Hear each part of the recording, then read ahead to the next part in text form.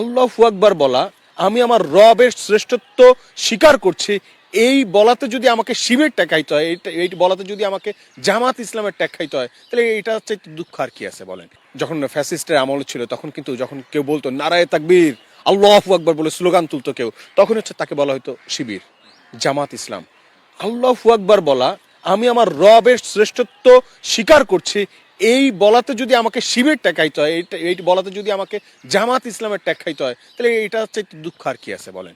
আমি কি এটা মানে তার মানে হচ্ছে আমি এটা বলতেই পারবো না, তার মানে এই কথাটা বলা, এই স্লোগানটা তোলা মানে সে নিষিদ্ধ সংগঠনের লোক। এটা কিন্তু একসময় স্ট্যাবলিশ করে ছাড়ছিল পতিত যে ফ্যাসিস্টরা। তার এই ঢাকা বিশ্ববিদ্যালয়ে এই জৌহলে, আমি এখানকার স্টুডেন্ট, আমিই বলছি আপনাদেরকে, কোনো একটা স্টুডেন্ট এই কথাটা বলা কি শুনতেও পারতো না, যদি ফোনেও শুনতো তার কপালে দুঃখ ছিল।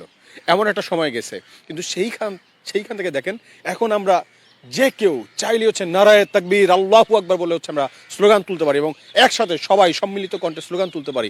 এইটাই হচ্ছে না প্রকৃত আজাদি, যে এটাই হচ্ছে মুক্তি, যে মুক্তিটা হাদি আমাদেরকে দেখাই দিয়ে গেছে, মুক্তির পথ আমাদের শিখাই দিয়ে গেছে।